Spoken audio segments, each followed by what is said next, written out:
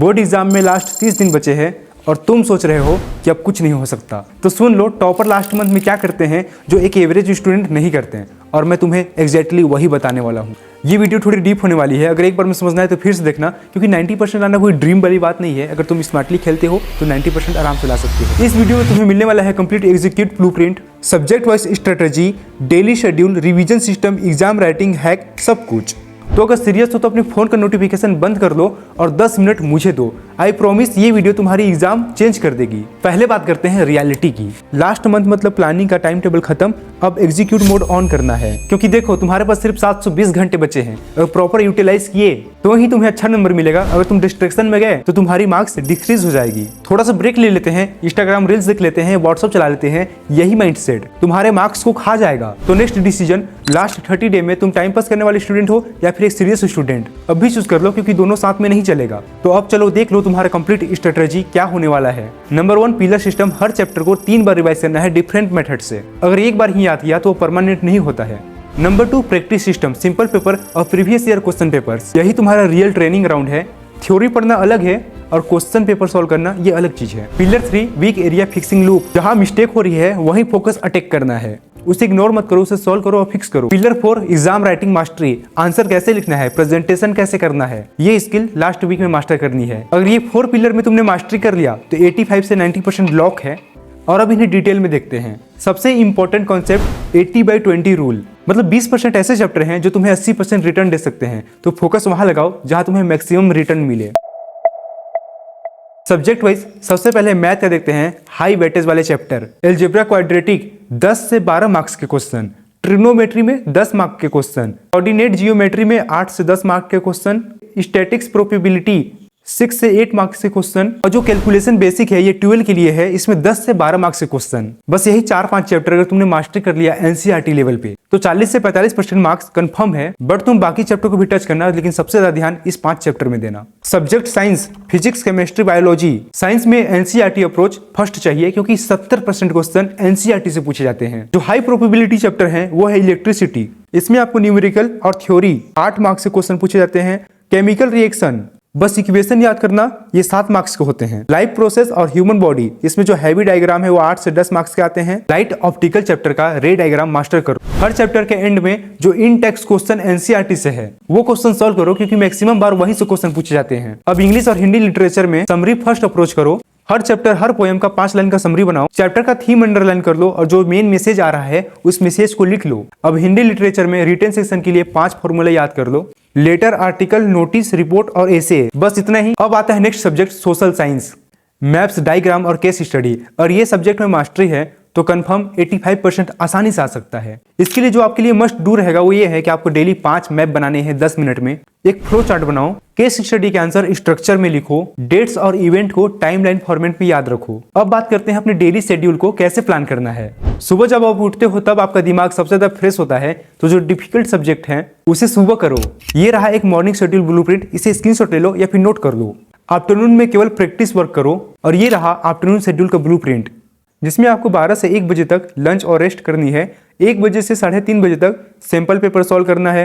3:30 बजे से 4 बजे तक आपको स्मॉल ब्रेक लेना है। इसके बाद 4 बजे से 5:30 बजे तक इंग्लिश और हिंदी का रीडिंग करना है। अब आते हैं हम अपनी इवनिंग के टाइम में। इवनिंग का टाइम रिवीजन का टाइम होता है। दिन भर में जो आपने पढ़ा है उसे रिवीजन करो, और ये ब्लूप्रिंट को आप स्क्रीनशॉट ले लो या फिर नोट कर लो। अब आते हैं रात के ब्लूप्रिंट में। 10 से 10:30 वाला जो टाइम है ये सबसे इंपॉर्टेंट है। इसमें आपको याद करना है कि आज मैंने क्या किया और मैंने क्या चीज नहीं किया, ताकि आप अगले दिन उन गलतियों को ना करो जो आपने आज कर दिया।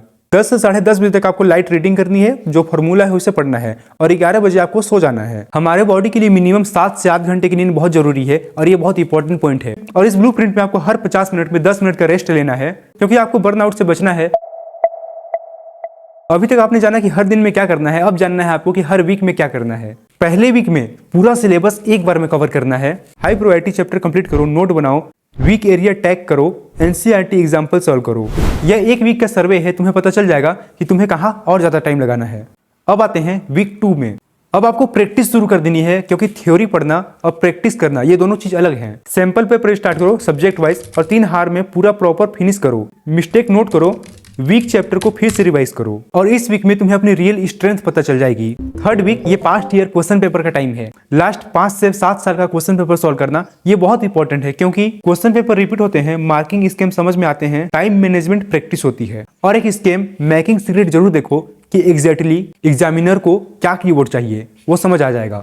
अब आते हैं अपने लास्ट वीक में। आपको रोज मॉक टेस्ट लगाना है अपने ठीक एग्जाम टाइम पे। अगर आपके एग्जाम सुबह 8 बजे है तो आप 8 बजे ही अपने मॉक टेस्ट लगाइए। फोन कंप्लीटली ऑफ रखो, अपने आंसर सेट एकदम एग्जामिनर की तरह चेक करो। करेक्शन लूप, जो मिस्टेक आपको दिख रहा है उन्हें फिक्स करो। देखो, एक बार पढ़ने से कोई भी चीज परमानेंट याद नहीं रहता, आपको रिवीजन सिस्टम लगानी पड़ेगी। लेवल 1 फर्स्ट रिकॉल और सेम डे।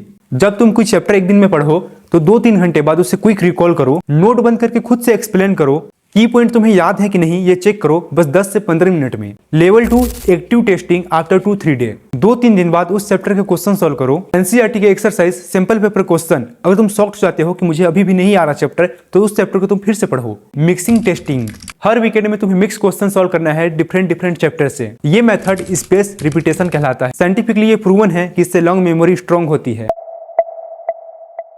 क्विक रिवीजन के लिए एग्जाम से लास्ट 2 दिन पहले आपको ये चीज देखना है, ये ब्लूप्रिंट स्क्रीनशॉट ले लो, बहुत इंपॉर्टेंट है। Flash card, 1 page chat sheet, mind map, formula notebook. जब एग्जाम आने में लास्ट 2 दिन बचे रहेगा तो आपको सिर्फ इसे देखना है, पूरा किताब नहीं। सैंपल पेपर, ये तुम्हारा सबसे बड़ा वेपन है, क्योंकि इससे रियल एग्जाम फील मिलता है, टाइम मैनेजमेंट सीखते हो, क्वेश्चन पैटर्न समझ आता है, वीक एरिया आइडेंटिफाई होते हैं।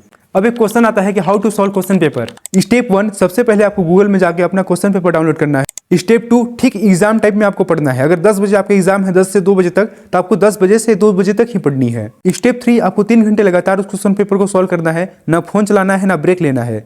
स्टेप 4, सॉल्व करते वक्त OMR शीट जरूर रखो, पैटर्न फॉलो करो। स्टेप 5, पेपर खत्म होने के बाद मार्किंग स्कीम से चेक करो, और ये बहुत इंपॉर्टेंट है टॉपर माइंडसेट के लिए। After every paper correct loop करो, एक पेपर के बाद दूसरे पेपर के साथ सेम ऐसे करो। अब आगे हैं हम अपने वीडियो के सबसे मेन और इंपॉर्टेंट पॉइंट में कि परमानेंटली फास्ट कैसे याद करें। Technique 1, Feynman method.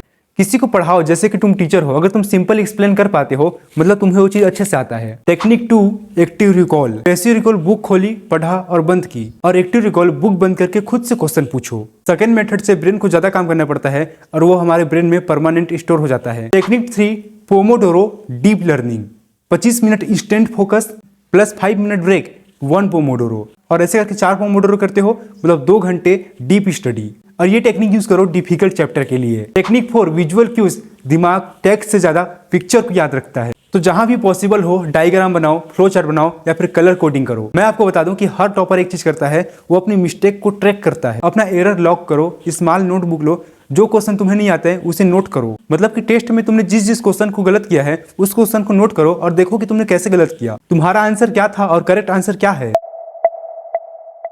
अब सबसे इंपॉर्टेंट स्किल, एग्जाम में आंसर कैसे लिखें, स्ट्रक्चर फॉर्मूला। और ये स्ट्रक्चर 5 मार्क्स के जो क्वेश्चन है उसके लिए फॉलो करो। इंट्रोडक्शन 1 लाइन में लिखो, जो मेन पॉइंट है उसे 3-4 पॉइंट में कवर करो। लास्ट में कंक्लूजन 1 लाइन में लिखो। सबसे मजेदार पॉइंट, साइंस और सोशल साइंस में जो डायग्राम है इसके लिए 15 से 20 मार्क्स होते हैं। शार्प पेंसिल यूज करो, HB और 2B का। स्केल से स्ट्रेट लाइन बनाओ, लेबल क्लियरली लिखो, टाइटल अंडरलाइन करो। क्लीन डायग्राम से ऑटोमेटिक 1-2 मार्क्स एक्स्ट्रा मिल सकता है।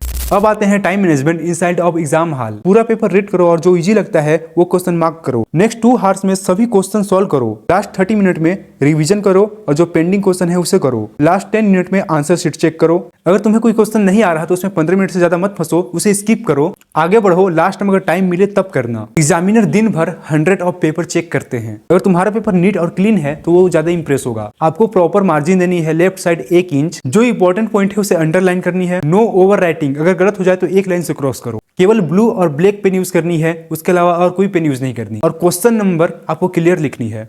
ये छोटी डिटेल 5 से 8 नंबर का डिफरेंस ला सकती है सीरियसली। अब आते हैं स्ट्रेस मैनेजमेंट। देखो, लास्ट वीक में स्ट्रेस फील होना ये नेचुरल है, पर स्ट्रेस कंट्रोल में रखना ये बहुत जरूरी है। अगर तुम रात भर जाग के पढ़ोगे तो दिन में एग्जाम हॉल में तुम्हारा दिमाग काम नहीं करेगा। मिनिमम 7 घंटे की नींद आपके लिए बहुत जरूरी है, क्योंकि नींद में आपका ब्रेन इंफॉर्मेशन प्रोसेस करता है और मेमोरी कंसोलिडेट होती है। और आपको स्मार्ट ब्रेक लेना सीखना है। ब्रेक मतलब फोन नहीं, इंस्टाग्राम नहीं, व्हाट्सएप नहीं, बस 10 मिनट वॉक, स्ट्रेचिंग, विंडोज से बाहर देखो, पानी पियो। अब मेरा एक सजेशन है, सुन लो। और वीडियो अभी तक यहाँ से देख रहे हो तो वीडियो को लाइक कर देना और चैनल को सब्सक्राइब कर देना। अब आपको कंपेयर ट्रैप से बचना है। अपने दोस्त से कंपेयर मत करो कि उसने 10 चैप्टर खत्म कर लिया और मैंने सिर्फ 5। ये मत सोचो। हर किसी की स्पीड अलग होती है, तुम अपने कंसिस्टेंट पर फोकस रहो, रिजल्ट जरूर आएगा। अब मोबाइल तो हम सभी के पास है, मोबाइल में तुम ये वीडियो ही देख रहे हो, तो कुछ हेल्पफुल टूल्स के बारे में बात कर देते हैं जो मोबाइल में आपकी हेल्प कर सकती है पढ़ने के लिए। नंबर 1 है NCERT official app. Doubt solve करने के लिए जो डाउटनट है या टॉपर ऐप है, ये सब यूज कर सकते हो।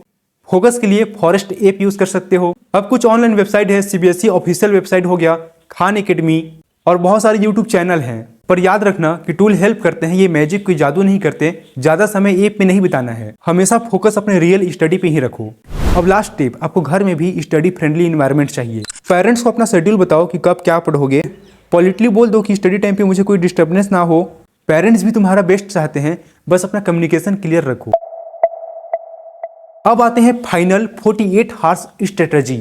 एग्जाम से 48 घंटे पहले आपको क्या करना है। कोई भी नया चैप्टर मत पढ़ना, पैनिक मत करना, रात भर मत जागना, हैवी फूड मत खाना। तो अब आपको क्या करना है, फॉर्मूला शीट और फ्लैश कार्ड ये सब रिवाइज करो। हाई यील्ड टॉपिक जो ज्यादा मार्क्स के हैं उसे रिवाइज करो। गुड स्लीप, मिनिमम 8 घंटे तक सो। लॉजिस्टिक रेडी रखो, स्टेशनरी, वाटर बोतल, वॉच। लास्ट 2 डे में रिविजन मोड में रहो। कॉन्फिडेंस मेंटेन रखो, तुमने जो पढ़ा है वो काफी है। तो गाइस ये थी टोटली 30 डे स्ट्रेटेजी। मैं जानता हूँ लास्ट मंथ टफ होते हैं, प्रेशर होता है, डाउट होते हैं, पर याद रखो 90% सिर्फ किस्मत से नहीं मिलता, ये मिलता है प्लानिंग से, एग्जीक्यूट डिसिप्लिन से। और देखो बोर्ड एग्जाम तुम्हारी लाइफ डिफाइन नहीं करता, और अगर ये स्ट्रेटेजीज फॉलो किए हो तो रिजल्ट देखकर तुम्हें अपने आप पे प्राउड फील होगा। बस 30 दिन 1 महीना अपने डिस्ट्रैक्शन साइड में रखो, फोकस लगाओ, कंसिस्टेंट रहो। तुम्हारे अंदर वो टैलेंट है जिसे तुम्हें निकालना है। अगर मैं बिलीव कर सकता हूँ तुम्हारे ऊपर तो तुम भी कर सकते हो। 90% पॉसिबल है, बस तुम्हें कमिटमेंट चाहिए। मुझे पता है ये वीडियो तुमने लाइक कर दिया है और चैनल को सब्सक्राइब कर दिया है। अगर नहीं किया है तो लाइक कर दो, चैनल को सब्सक्राइब कर दो। अगर और स्टडी हैक, करियर, मोटिवेशन और टिप्स चाहिए तो, और कमेंट में बताओ तुम्हारा बोर्ड कब है, कौन सा सब्जेक्ट तुम्हें टफ लगता है, और अगर कोई स्पेसिफिक डाउट है तो वो भी नीचे लिखना। मैं नेक्स्ट वीडियो में तुम्हारे डाउट का जवाब दूंगा। तब तक पढ़ाई करो, फोकस रहो और खुद पे बिलीव करो। All the best for your board, you have got this.